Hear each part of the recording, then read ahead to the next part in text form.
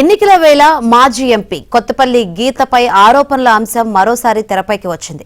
Social media వేదికగా కొందరు తనను అప్రతిష్ట పాలు చేస్తున్నారంటూ మాజీ MP BJP AP vice president Kothapalli Geetha తూర్పు గోదావరి జిల్లా ఎస్పీకి ఫిర్యాదు చేశారు. తన కులంపైన బ్యాంకు లావాదేవీలపైన 6 నెలల నుంచి అసత్య ప్రచారం చేసి మానసిక వేధింపులకు గురి చేస్తున్నారని గీత తెలిపారు. బీజేపీ నాయకులు కేకేవీవి సత్యనారాయణ రెడ్డి, నిమ్మక జయరాజులు తనపై తప్పుడు ప్రచారం చేసి మానసికంగా వేధిస్తున్నారని గీత ఆరోపించారు. తాను వాల్మీకి సామాజిక వర్గానికి చెందిన వ్యక్తినని, తన కులానికి సంబంధించిన ప్రభుత్వ గెజిట్ కూడా ఉందన్నారు. అలానే బ్యాంకుల్లో 25 కోట్లు అప్పు తీసుకుని వడ్డీతో పాటు 65 కోట్లు బ్యాంకుకు తిరిగి చెల్లించామన్నారు.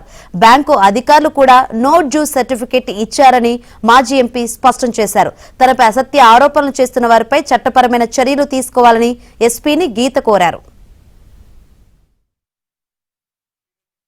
గత కొన్ని నెలలుగా 6 నెలలుగా కూడా నా మీద ఒక దుష్ప్రచారం చేస్తూ, ఒక థ్రెటనింగ్ టైప్లో సైకలాజికల్ హెరాస్మెంట్ క్రియేట్ చేస్తూ, ఒక మహిళగా నేను ఒక డిప్యూటీ కలెక్టర్గా పనిచేశాను, ఒక ఇన్ఫ్లుయెన్స్ చేయించి కొంతమంది కేవలం పర్సనల్ లబ్ధి పొందడానికి కాస్ట్ సర్టిఫికేట్ మీద ఒక ఆర్డర్ తీసుకొచ్చారు. దాని మీద కోర్టుకు వెళ్ళడం జరిగింది. కోర్టు ఆర్డర్ను కూడా సస్పెండ్ చేసింది. ఈ రోజు గజెట్ ఏదైతే ఉందో నేను వాల్మీకి ఎస్టీ అన్నదే నిలుస్తుంది. ఎవరు కూడా దాన్ని ఛాలెంజ్ చేయలేరు.